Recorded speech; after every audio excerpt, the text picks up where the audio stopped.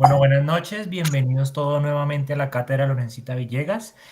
El día de hoy vamos a hablar del manejo quirúrgico del duodeno, charla a cargo de Luis Eduardo Serrano, residente de segundo año de cirugía general, y la instructora a cargo, la doctora María Lucía Porras, cirujana pediátrica.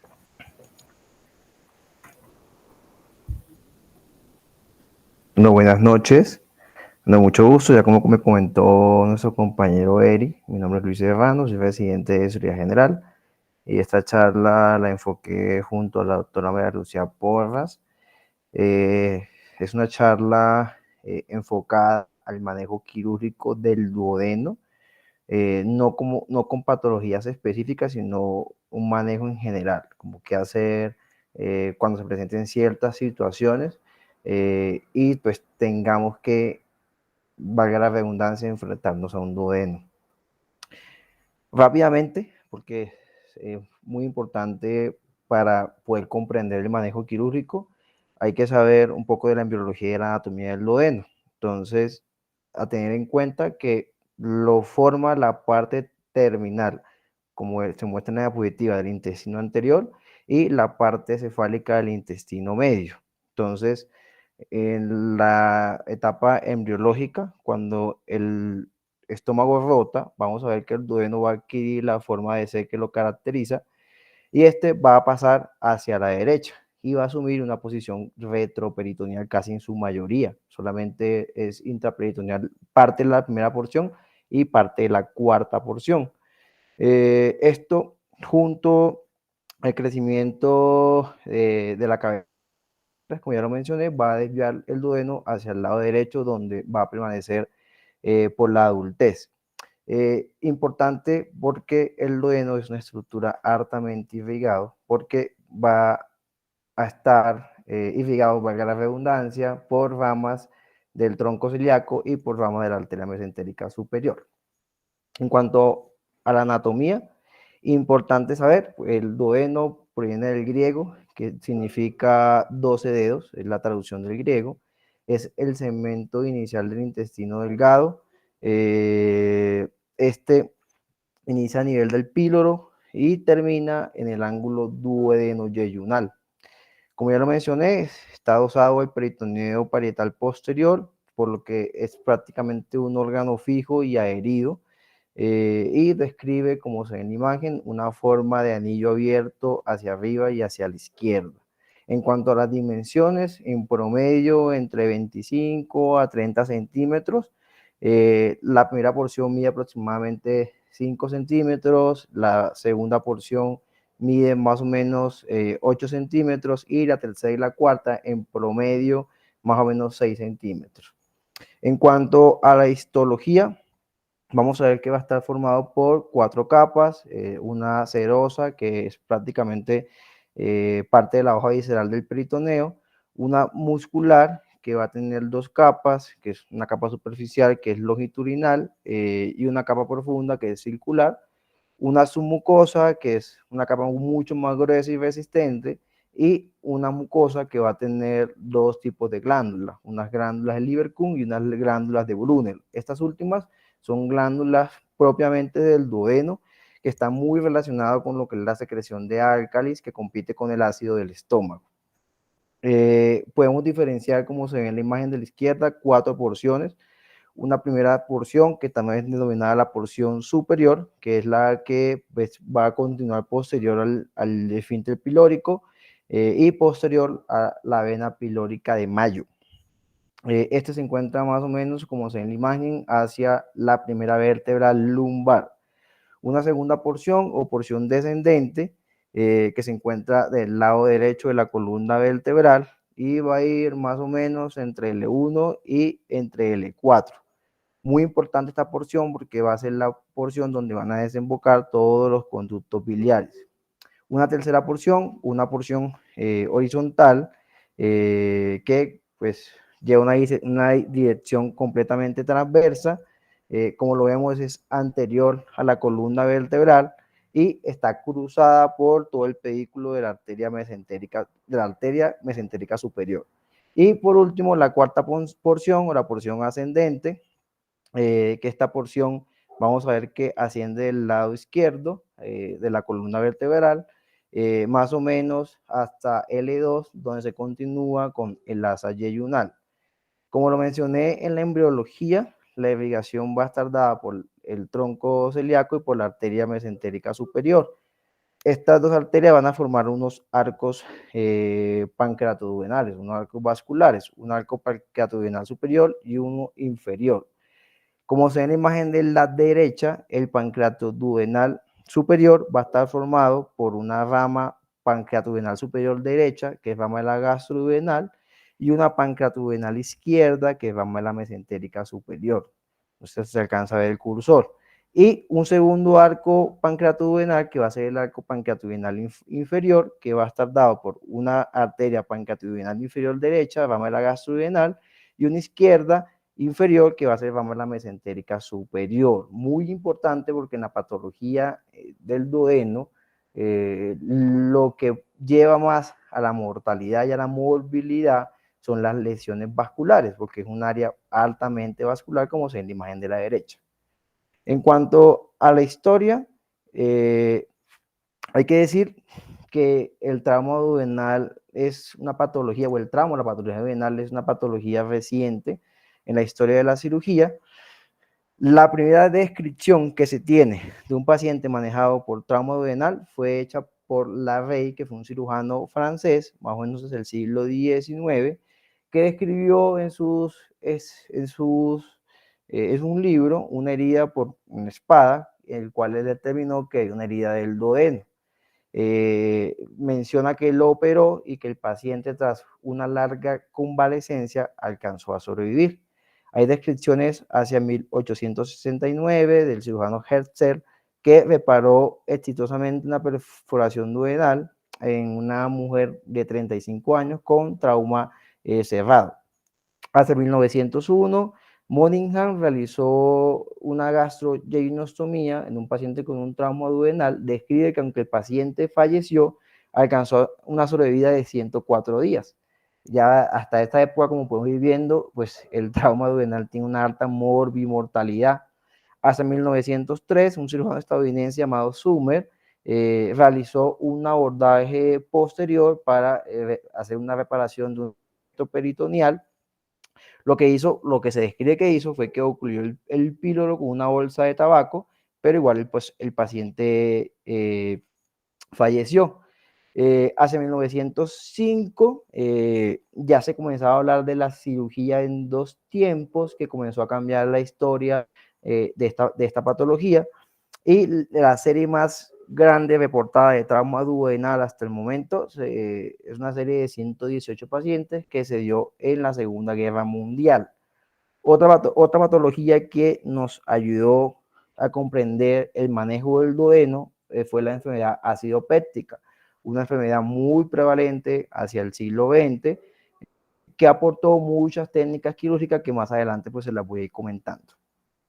En cuanto a las causas de perforación duodenal, la principal es secundaria a la enfermedad acidopéptica y pues a Helicobacter pylori.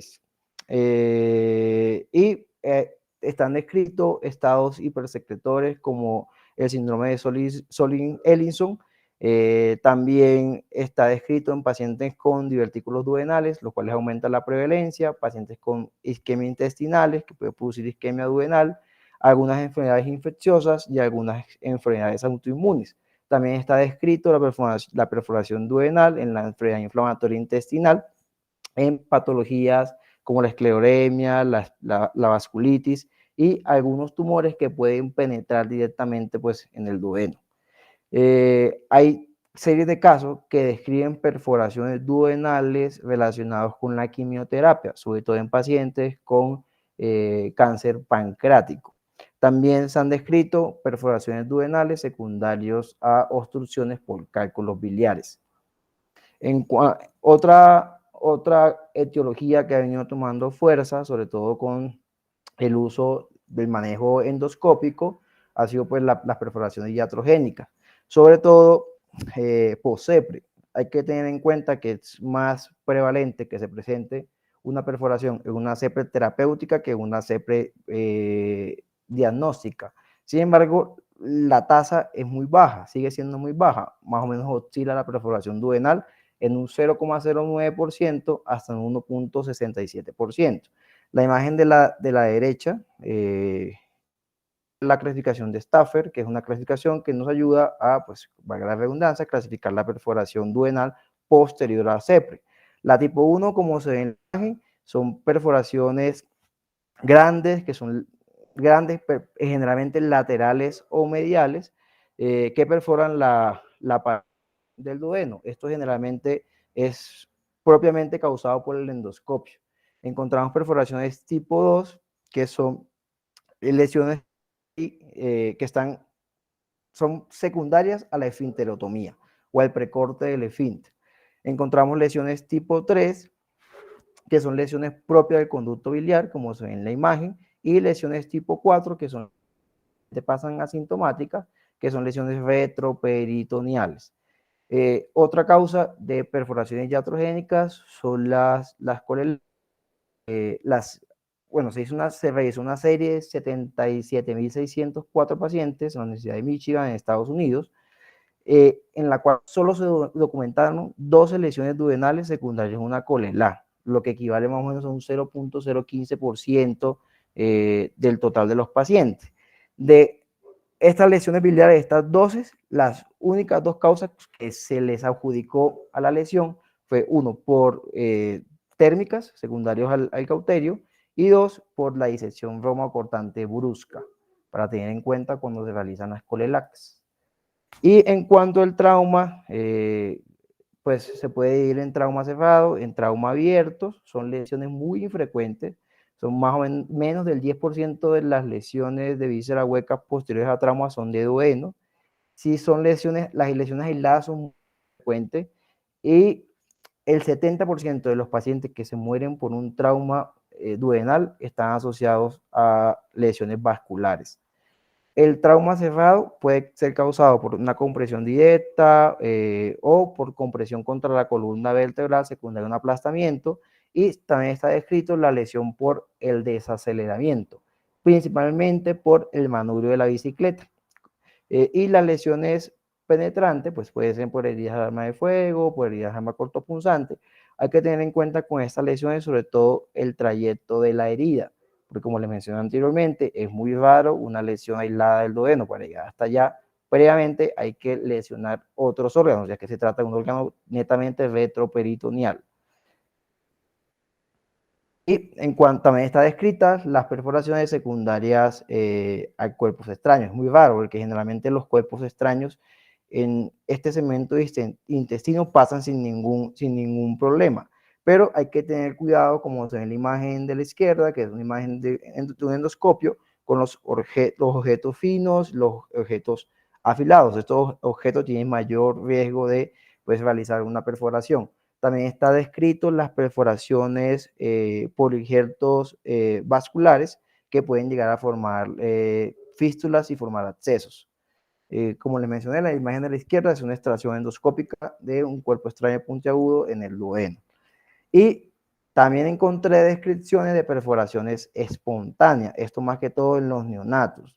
Sin embargo, la causa aún no se ha descubierto. Son pacientes que generalmente egresan a la casa, van a la casa y 2, 3, 4 días después ingresan por intolerancia a la vía oral, se les realizan estudios y pues se documenta la perforación duodenal. En estas radiografías que traigo, en la AP se puede observar el signo del balón de rugby, que es un signo muy presente en las perforaciones duodenales. Podemos ver cómo se puede delimitar los bordes laterales de la cavidad abdominal por todo lo que es el neumoperitoneo, y cómo en la imagen más de la derecha, vemos cómo el aire nos ayuda a identificar el diafragma, o sea, cómo separa el diafragma y el reborde hepático.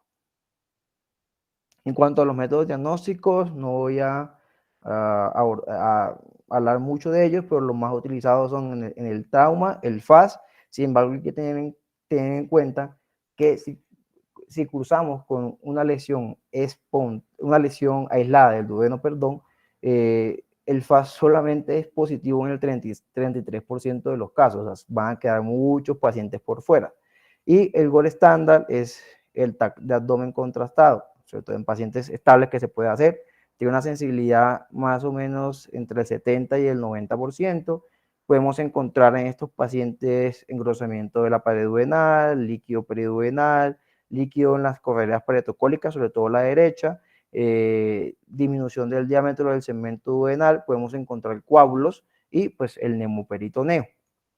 Esta tomografía, si la puedo ver, si la puedo reproducir, es un paciente que ingresó en el contexto de un trauma cerrado abdomen, se la puedo detener.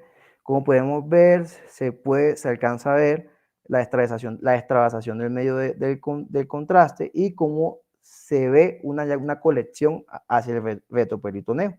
Una paciente que, según un trauma contuso, pues sufrió una perforación duodenal. En cuanto a los algoritmos diagnósticos, este es uno que me llamó mucho la atención, que pues nos divide las perforaciones en contenidas y no contenidas. En las perforaciones contenidas está descrito el manejo conservador, que más adelante lo voy a explicar, y en las no contenidas la podemos clasificar en perforaciones menores y perforaciones mayores.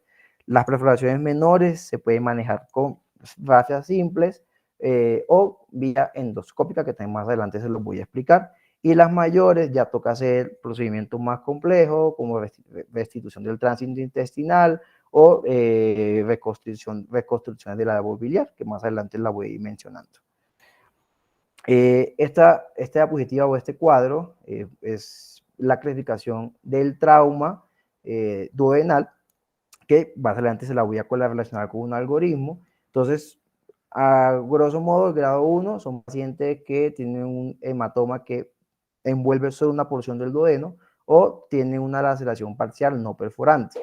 El grado 2 son hematomas que envuelven más de una porción del duodeno o laceraciones que son menores, al 50% de la circunferencia. El grado 3 son laceraciones entre el 50 y el 75% de la circunferencia, segunda porción, y del 50 al 100% si hablamos de cualquier de las otras porciones. Grado 4 son una laceración mayor al 75% de la circunferencia de la segunda porción o que envuelva la ampolla o los conductos biliares. Y el grado 5, que es la más grave, es una disfunción completa del componente duodeno pancreático o una desvascularización completa del duodeno.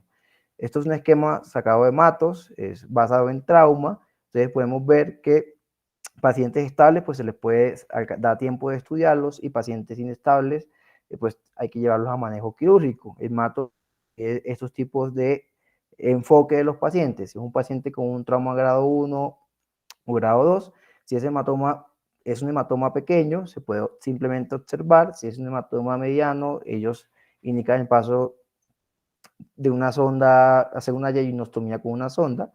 Si es un trauma extenso, hablan de duodectomía y evacuación y el paso de la yejunostomía por sonda. Si son laceraciones, se puede hacer incluso reparaciones simples. En los grados 3, reparación primaria o incluso realizar una exclusión pilórica. Y grado 4, grado 5, que son pacientes que generalmente cursan con inestabilidad hemodinámica, hacer un control de daño y se puede hacer un procedimiento de Whipple en varios tiempos. En cuanto al manejo conservador, entonces aquí les traigo como los principales pilares, que son nada oral, inicio de líquidos endovenosos, manejo con inhibidores de bomba de protones endovenosos, antibiótico de amplio espectro, la inserción de una sonda nasogástrica, un monitoreo no invasivo. Algunos textos hablan del inicio de la somatostatina, pero lo que estuve revisando, este medicamento debemos reservarlos en aquellos pacientes que lleguen a cursar con fístulas enterocutáneas. Como manejo inicial del trauma o el manejo conservador, aún no tiene los suficientes estudios para recomendarlos. Hasta del 50 al 70% de los pacientes que manejan de forma conservadora, responden el tratamiento. Lo que indican ellos es si persiste la duda de que no se ha contenido la perforación, es hacer un gastroduodenograma, que es un estudio con medio de contraste, y si no hay extravasación del medio de contraste, quiere decir que hubo un autosellado de la perforación. Si hay extravasación del medio de contraste, lo que recomienda es llevar a los pacientes a manejos quirúrgicos.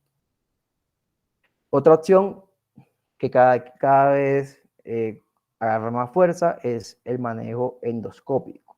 Hasta ahora tenemos 4 opciones. Ten en cuenta que es un manejo mínimamente que los mejores resultados se han visto con perforaciones que llevan menos de 24 horas, porque es más fácil para el gastroenterólogo o el médico que realice el procedimiento realizar el sellado, porque hay muchos menos cambios pues, inflamatorios. Dentro de las opciones que tenemos, trae las 4 más usadas. Las primeras son clic, que generalmente se usan en úlceras o lesiones que son menores a 1 centímetro.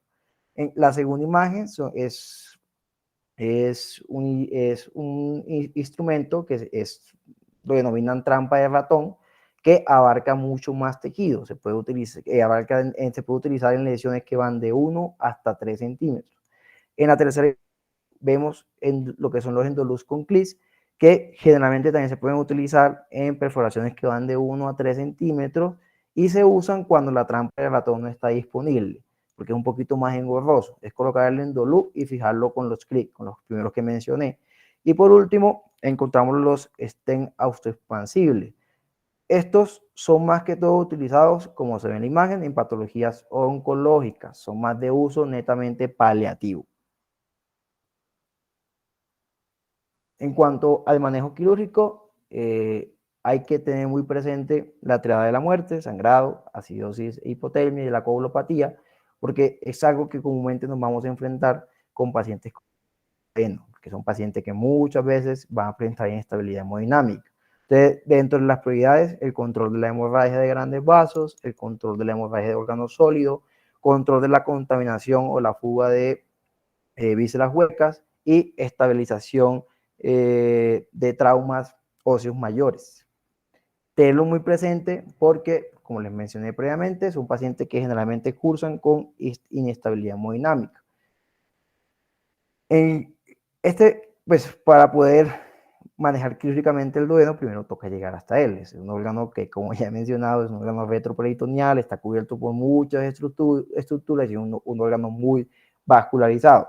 Entonces, la maniobra que se utiliza es la maniobra de Kocher, que cuando la completamos nos permite ver la vena cava, la cara posterior del páncreas y la segunda y tercera porción del duodeno. Entonces, como se ve en la imagen del medio, lo que se hace inicialmente es liberar todas las adherencias del duodeno que se encuentran hacia el peritoneo lateral. Esto nos va a permitir, como se ve en la imagen, exponer la segunda y la tercera porción del duodeno. Seguidamente, vamos a dividir el ligamento gastrocólico. Esta división nos va a permitir entrar por el aumento y poder observar la parte posterior de la primera porción del duodeno y la parte más lateral de la segunda porción. Posterior a eso, hacemos una rotación hacia la derecha para exponer la tercera porción del duodeno. Hay que realizar siempre una movilización del ligamento de Treis, como se ve en la última imagen, lo que nos va a dar como resultado que podamos observar la cuarta porción del duodeno.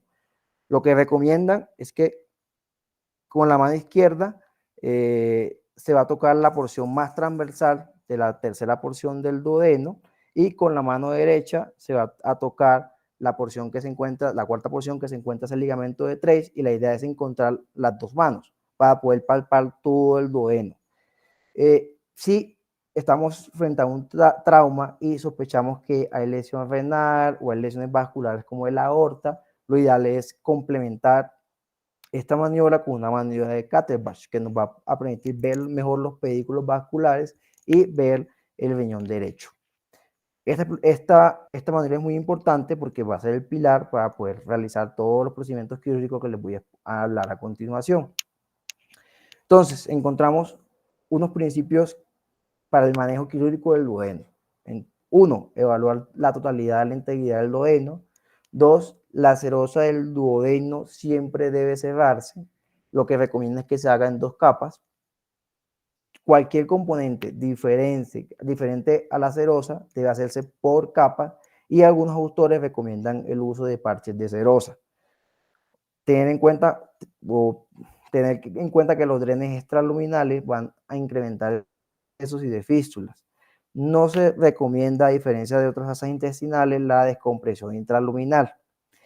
Muchas veces nos va a tocar recurrir a una exclusión duodenal y tener en cuenta que si usamos una exclusión duodenal temporal, debe utilizarse generalmente como último recurso. Siempre debe explorarse el páncreas cuando se tiene un trauma de duodeno, porque son como una llanta y el neumático, o sea, son órganos que están muy adosados. En cuanto a las técnicas, son muchas. Voy a intentar abarcar la mayoría de, pero se puede hacer duodenorrafia, se puede hacer triplostomía, se pueden hacer pedículos vasculares, resecciones duodenales, diverticulizaciones duodenales, exclusiones pilóricas y como último recurso el procedimiento de Whipple. Entonces, en pacientes que nos ingresen, ya hablando como tal de los procedimientos que podemos hacer si tenemos una lesión duodenal, si nos ingresa un paciente con una lesión o un trauma grado 1, se puede realizar cierres simples con puntos, suturar la serosa con puntos simples.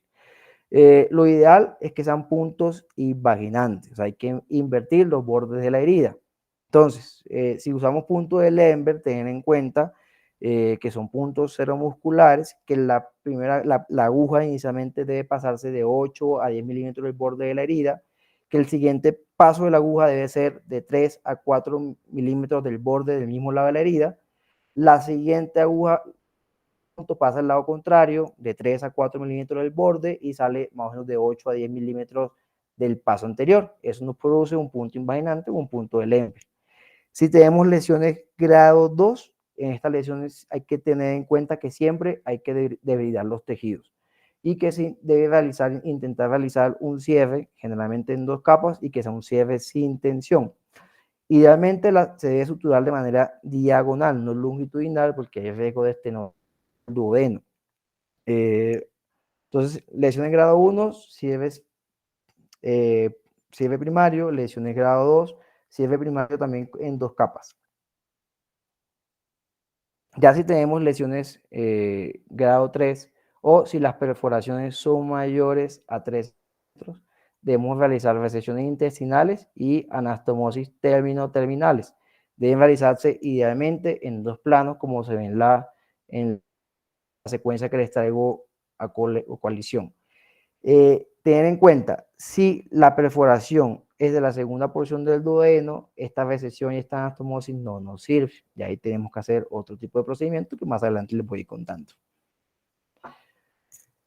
Hacia los años 90 y mitad del siglo pasado, era muy prevalente la aparición de úlceras duodenales secundarias en enfermedad acidopéptica.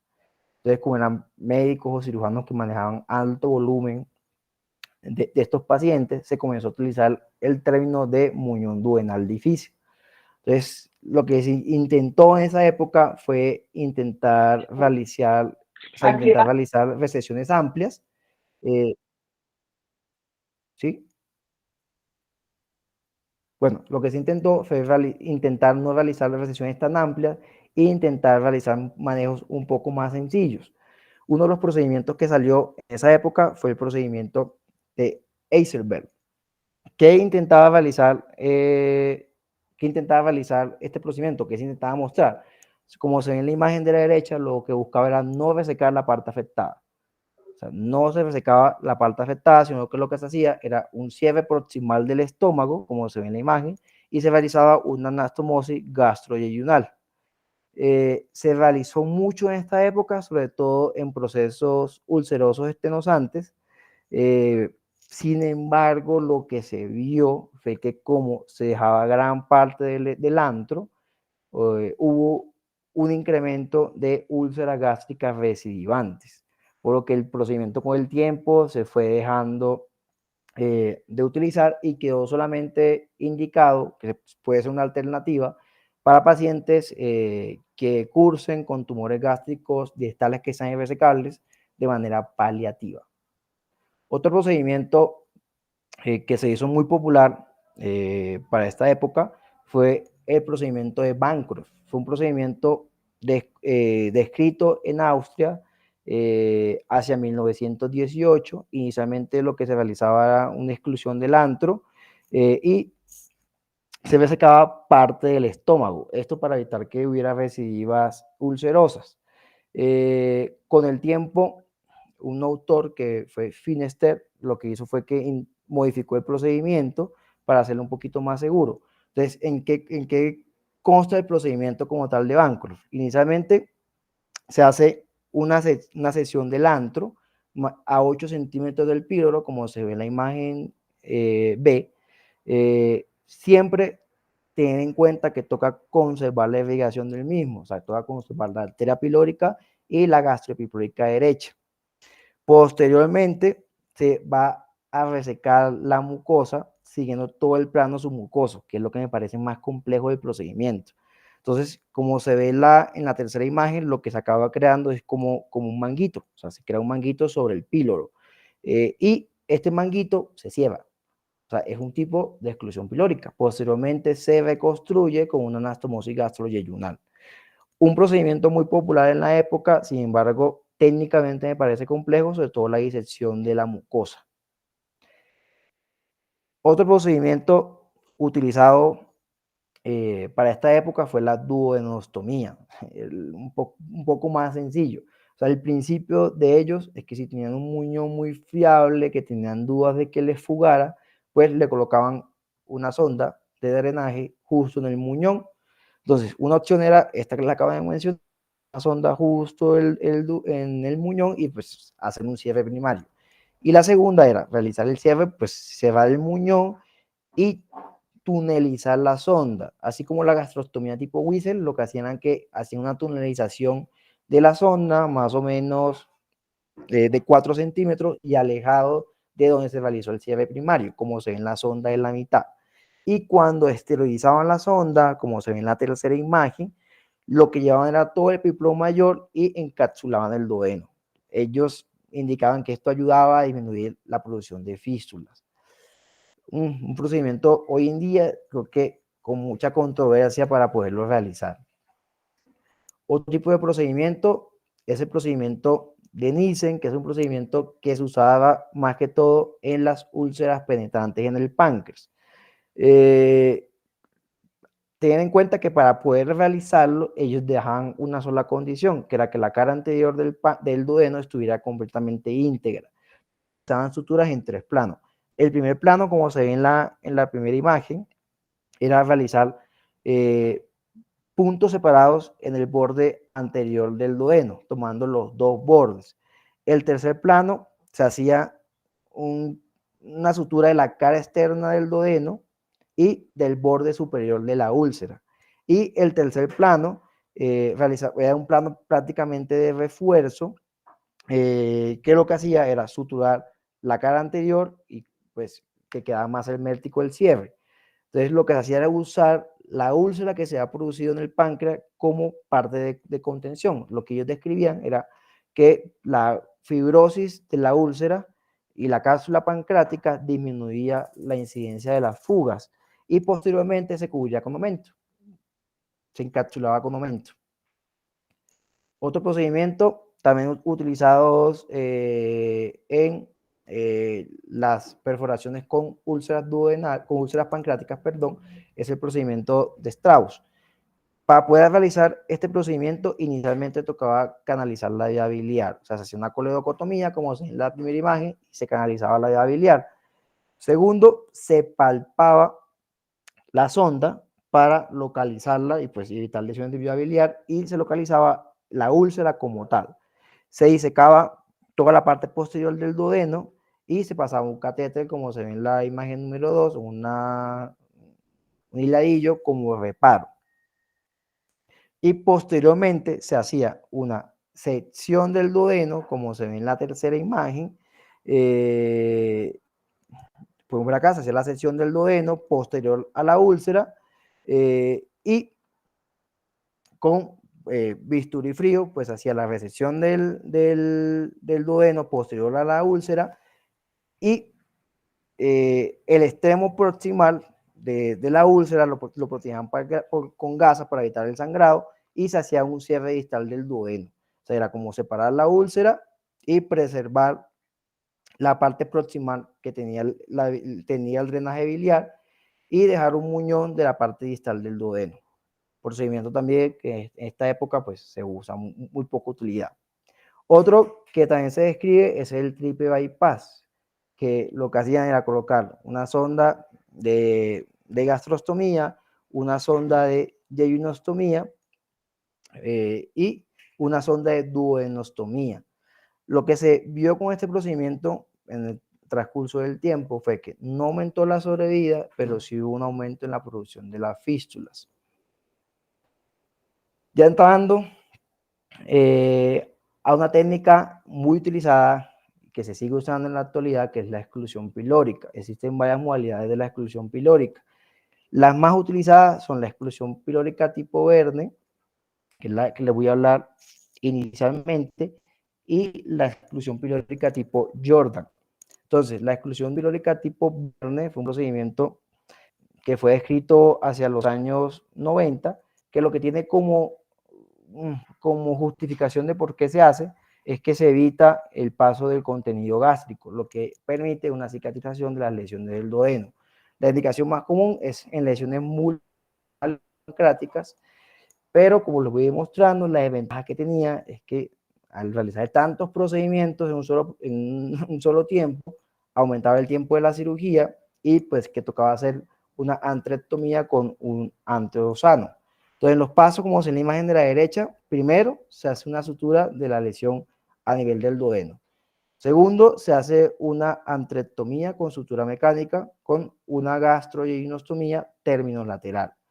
Posteriormente se hace una duodenostomía con sonda por un drenaje, o se colocan unos drenes ahí adjuntos a la lesión duodenal.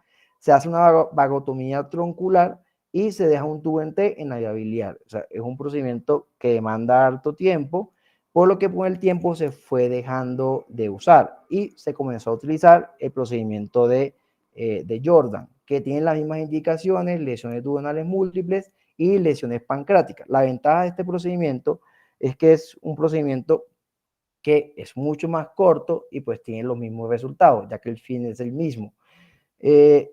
¿Cuáles son los pasos para realizar el procedimiento?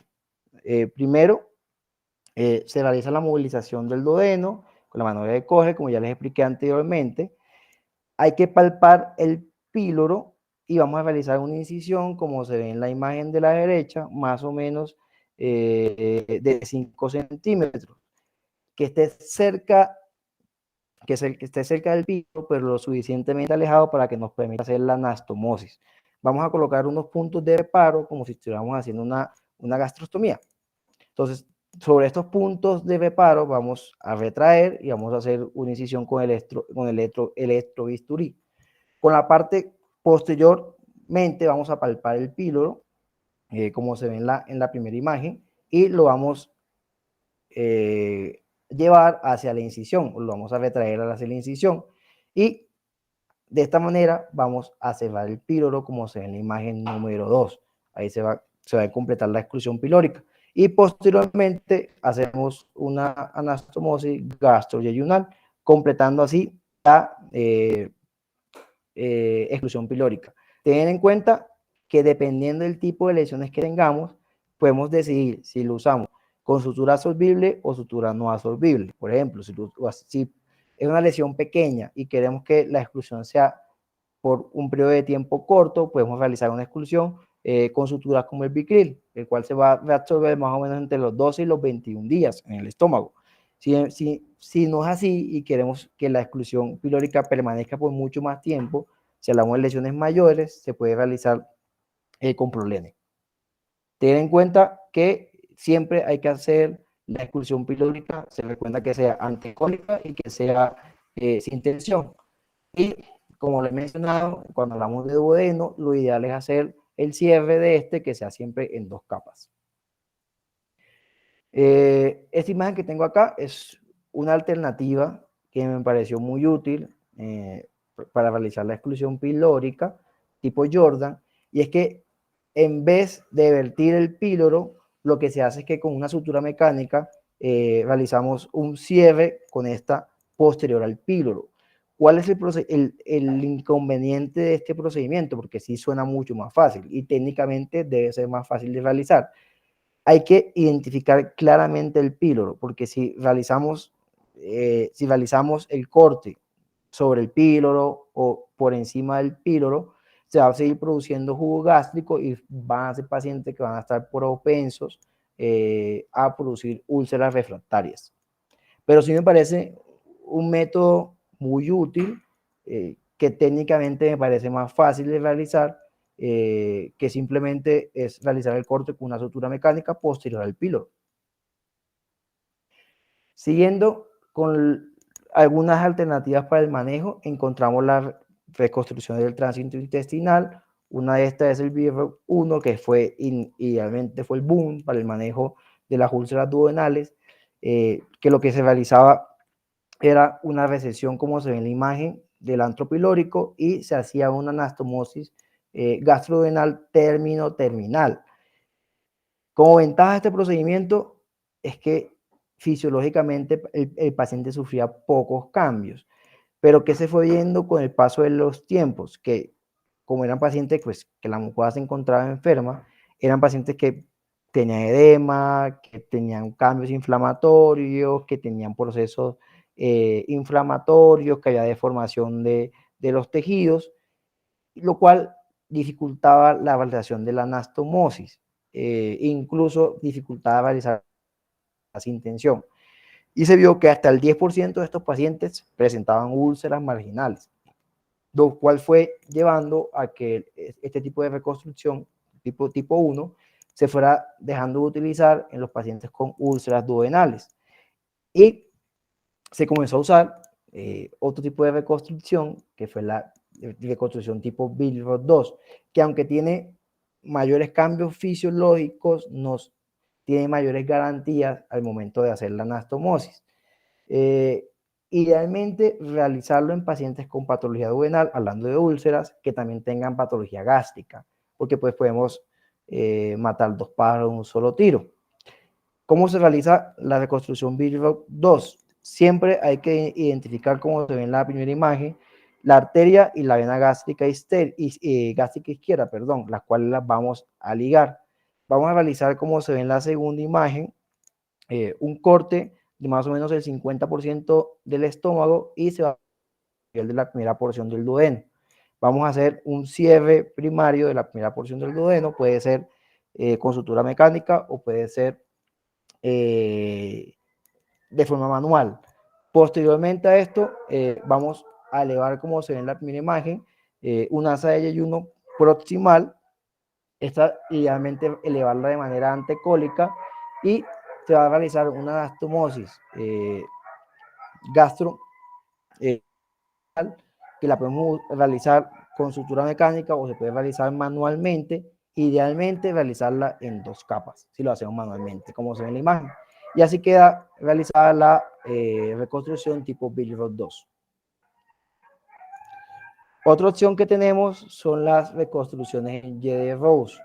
La ventaja con este procedimiento es que con cada vez mayor entrenamiento en la cirugía bariátrica, es mayor cantidad de cirujanos están capaces técnicamente de realizar.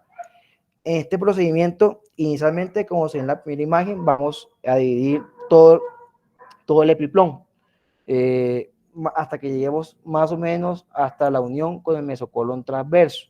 Idealmente, realizarlo con energías avanzadas, idealmente energías ultrasónicas.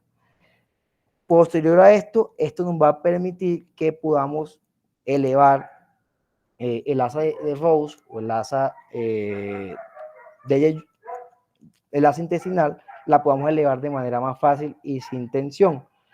Posterior a esto, como se ve en la segunda imagen, vamos a colocar todo el epiplón sobre el colon transverso, sobre el colon transverso, y el ayudante nos va a ayudar a retraer o a llevar medianamente todo el mesocolon transverso. Por tercer, siguiendo el orden, vamos a identificar, como se ve en la tercera imagen, el ligamento de Treis, y más o menos de 30 a 40 centímetros vamos a dividir el asa yeyunal. Esta debe dividirse idealmente con sutura, si se puede con sutura mecánica, sea lo ideal. Generalmente sutura mecánica que lleven un diámetro más o menos de 45 milímetros. Posterior a esto, como se ve en la cuarta imagen, vamos a realizar una incisión en el mesenterio, en la cara más distal del yeyuno, y vamos a dividirlo de la pared intestinal, lo cual nos va a dar una mayor movilidad del asa de Rose, que va a ser la asa que vamos a subir. Entonces, como se ve en la primera imagen, si hablamos de cirugía bariátrica, vamos a subir aproximadamente unos 100 centímetros para poder realizar el bypass gástrico. Si hablamos de trauma, lo que estuve revisando es aproximadamente subir 50 centímetros. Siempre tener en cuenta, como se ve en la primera imagen, que intentar realizar la enterotomía que sea en el borde antimesentérico, lo cual nos va a permitir la vascularización del asa.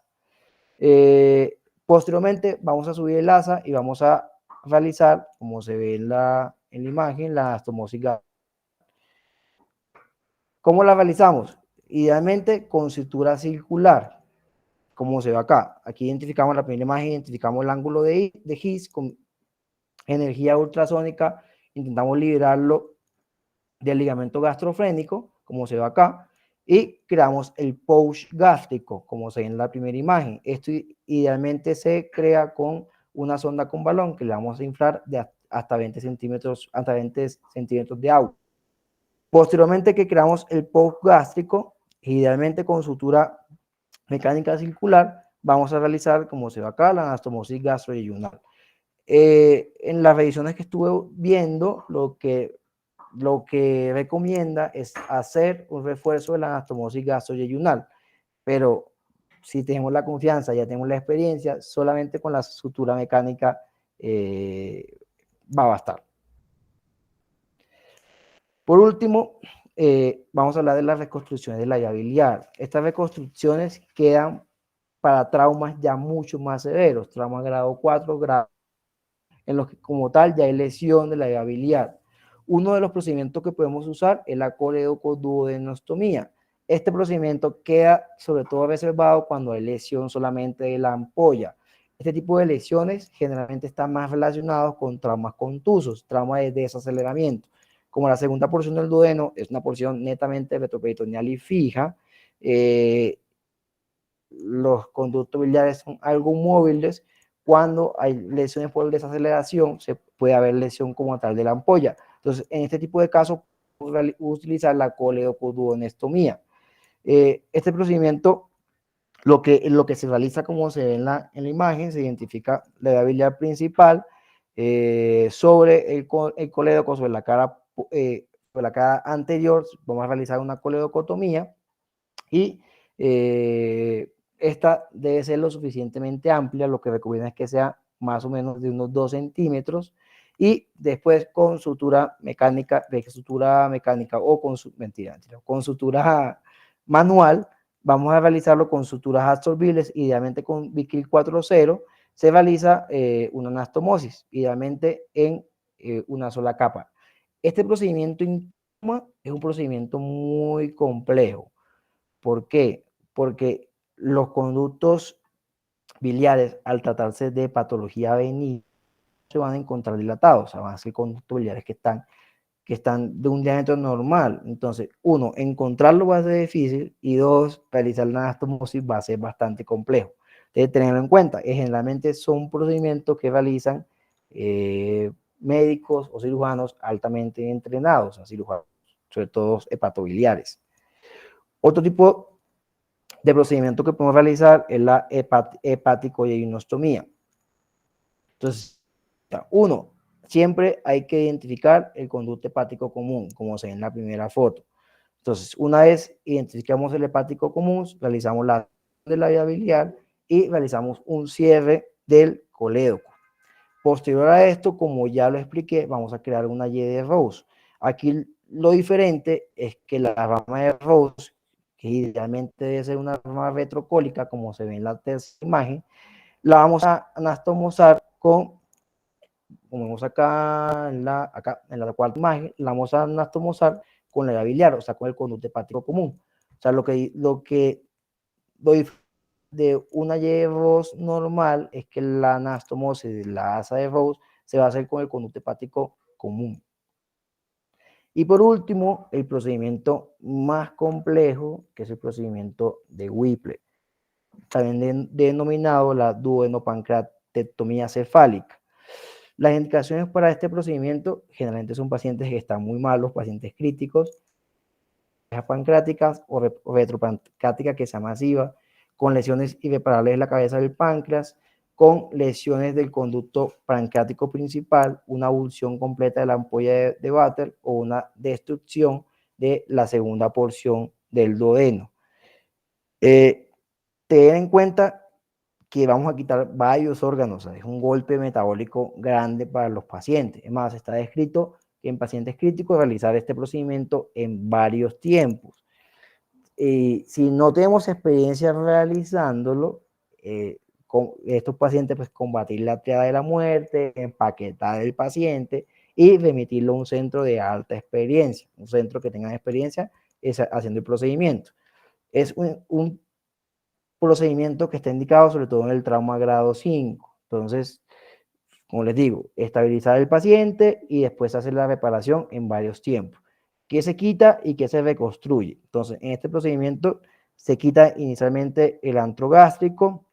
Vamos, como se ve en la imagen, vamos a seccionar la vía biliar, esto por encima del cístico, vamos a resecar la vesícula biliar, vamos a resecar la cabeza del páncreas, esto lo hacemos siguiendo la vena porta y la vena mesentérica superior. En ese ángulo, entre esas dos estructuras vasculares, se va a hacer el corte del páncreas. Y vamos a resecar hasta los 10 a 15 centímetros de yeyuno. Existen varias reconstrucciones. La reconstrucción más clásica, la que se comenzó a hacer inicialmente, que es la que les traigo en la imagen que ven a la derecha, es subir un asa, que ese asa la vamos a conectar inicialmente con la cabeza del páncreas, posteriormente con la vía biliar y por último la vamos a conectar con el estómago. Existen muchas variaciones, como por ejemplo subir dos asas, un asa que se encargue del drenaje pancreático y el biliar y otra asa que se encargue del drenaje gástrico. Y otro tipo de Whipple que han escrito es subir un asa a la vía biliar y hacer una pancreatogastroanastomosis, o sea, anastomosar el páncreas con el estómago, que el drenaje del páncreas vaya directamente al estómago y después hacer una gastroyeguinostomía. Otros autores han descrito el procedimiento, pero con preservación pilórica, que es lo último que están intentando hacer, que lo que intentan es no realizar la resección a nivel del antro del estómago, sino realizarla a nivel de la primera porción del duodeno. La única ventaja de este tipo de intervenciones es que el paciente cursa con menores síntomas digestivos.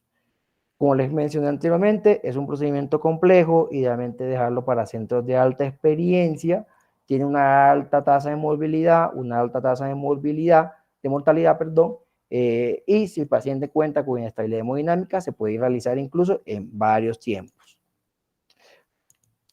Como conclusiones, este tema llegó a revisión porque pues, nosotros los futuros cirujanos más jóvenes no nos ha tocado enfrentarnos tanto a la enfermedad acidopéptica o a las úlceras duodenales como se realizaba en el pasado. Esto gracias al uso de los inhibidores de bomba de protones. Muchas veces cuando llega un paciente con trauma duodenal, úlceras duodenales, no sabemos qué alternativa podemos utilizar. Y como ya lo estuve comentando en toda la revisión, tenemos muchas alternativas, muchos procedimientos con fines parecidos, pero con algunos datos técnicos diferentes. Entonces, como conclusión, tener en cuenta que el duodeno es un órgano altamente vascularizado, que se encuentra en alta relación con órganos vitales, que hace parte de la circulación biliar y maneja altos volúmenes de líquidos. Tener en cuenta que siempre hay que abordar la lesión según el estado hemodinámico del paciente. A veces más es menos. Que las cirugías entre más simples tienen mejores resultados y que lesiones grado 4 y grado 5 van a requerir reparaciones definitivas que idealmente deben ser realizados en centros de alta experiencia. Muchísimas gracias. Luis, muchas gracias por la charla, muy completa. Quedan abiertos los micrófonos para los que quieran hacer preguntas o agregar comentarios. Bueno, yo Muchas quisiera hacer gracias. un comentario, Luis, nuevamente muchas gracias por la charla. Sí, como dijo Eric, está bastante completa. Creo que se cumplen los objetivos de la charla, que era como mostrar todo el arsenal de posibles terapéuticas que tenemos ante un paciente con una lesión duodenal. Afortunadamente para la población pediátrica no es una lesión muy frecuente, ¿sí? Sin embargo, saber que existen todos este tipo de reconstrucciones y que tenemos diferentes opciones es algo bastante útil y es bastante necesario, porque usualmente nos coge en un momento en el que uno no viene preparado para una úlcera o una lesión duodenal. Hablando un poquitico como de las causas, obviamente pues tú nombraste las causas más prevalentes en la población general, pero pues también cabe resaltar algunas patologías propias que son bastante como frecuentes en la población pediátrica, y es que sí vemos con cierta frecuencia la aparición de las úlceras duodenales de tipo Curling y tipo Cushing, especialmente pues estos pacientes posoperatorios de cirugías grandes, del sistema nervioso, que pues creo que todos nos hemos enfrentado a un paciente en ese contexto, que uno no piensa que esa sea la causa principal de su irritación peritoneal, pero pues termina encontrándose con una úlcera a este nivel. Otra cosa es que a diferencia de la población de adultos, el trauma pancreático duodenal, especialmente en un contexto de un trauma contundente de abdomen, sí es mucho más frecuente y más prevalente en los niños que en los adultos. Entonces tampoco olvidar que la aparición de esto, obviamente, pues vale la pena estudiar a los pacientes y tener como todo un planeamiento quirúrgico, pero sí es frecuente encontrar este tipo de lesiones a este nivel. Y otra que es menos frecuente, pero pues son de las que yo me he encontrado en mi práctica profesional y durante mi formación, es aquellas lesiones que también se pueden generar posterior a la resección o a las lesiones o a alguna intervención endoscópica. Entonces, no necesariamente son que se van a corregir, o sea, como en la población de adultos, como una CEPRE, ¿sí? Sino en aquellos pacientes que son llevados a polipectomía o con solamente el hecho de un paso traumático del endoscopio, que en ocasiones no es del tamaño pediátrico, también uno puede encontrar este tipo de lesiones. Ya teniendo eso en mente, pues eso también hace que la aparición y como la presentación de la patología para nuestra población sea un poquitico como más aguda y no en un contexto como tan controlado, pero Em, creo que parte de lo que trataste en la charla, de empezar por la irrigación, que uno creería, ¿no? Pues un órgano tan altamente vascularizado como el duodeno debería ser más agradecido de lo que es, pues no es tan agradecido quirúrgicamente como uno quisiera. Sin embargo, a diferencia de la población de adultos, sí podemos tomar terapéuticas un poco no tan invasivas y tan agresivas como las reconstrucciones masivas, como las nombraste, para hacer algunas correcciones. Entonces, a veces queda como ese término medio en qué tan grande es una lesión para que yo opte por una reconstrucción primaria versus una exclusión pilórica. Sin embargo, pues como acabo también de decir, es importante saber que existen todas estas opciones, porque en caso dado de falla, en caso dado de fistulización, en caso dado de contar con un tejido altamente comprometido, no solo en la lesión, sino un duodeno desvascularizado y demás, pues es necesario tener en cuenta este tipo de reconstrucciones que afortunadamente no nos toca hacer con tanta frecuencia, pero sí es necesario. Creo que una de las que más optamos en medio de la agresividad es, pues obviamente, tratar siempre de hacer una reconstrucción primaria en la medida que se puede y afortunadamente para nosotros hay algunas lesiones que siendo extensas sí responden bien a un cierre primario, pero también optar por una, digamos, una exclusión pilórica transitoria precisamente para tratar de buscar, porque afortunadamente también la patología pediátrica suele ser más benigna que maligna, como tú lo nombraste. Creo que todos nos hemos enfrentado a diferentes escenarios, pero lo más importante y que era la razón de ser de esta charla, en especial para los residentes, es saber que existen todas estas opciones terapéuticas que son necesarias tenerlas dentro de mi arsenal de planeamiento quirúrgico, precisamente porque, como les decía anteriormente, hay veces que uno no sabe lo que se va a encontrar hasta el momento en que ya está viendo la lesión en vivo y en directo. Entonces, tener estas opciones, pues en la gran mayoría de los casos permite que uno tome una decisión acertada frente a la forma en que va a reconstruir al paciente y le va a dar posiblemente una mejoría de su patología actual. Quedan abiertos para cualquier duda o si hay algún otro cirujano que quiera mostrar, contar algo de la experiencia que tiene, estamos atentos. Y nuevamente muchas gracias, Luis. Gracias, profe. Buenas noches. Felicitar a Lucho, una muy buena revisión y creo que ya se ha venido aumentando la incidencia de la enfermedad acidopéptica y tanto duodenal como gástrica en los pacientes adolescentes y cada vez más nos enfrentamos a este tipo de patología. Entonces debemos tener presente todo lo que podemos hacer y qué puede pasar en caso de fallo de alguna de las técnicas. Muchas gracias.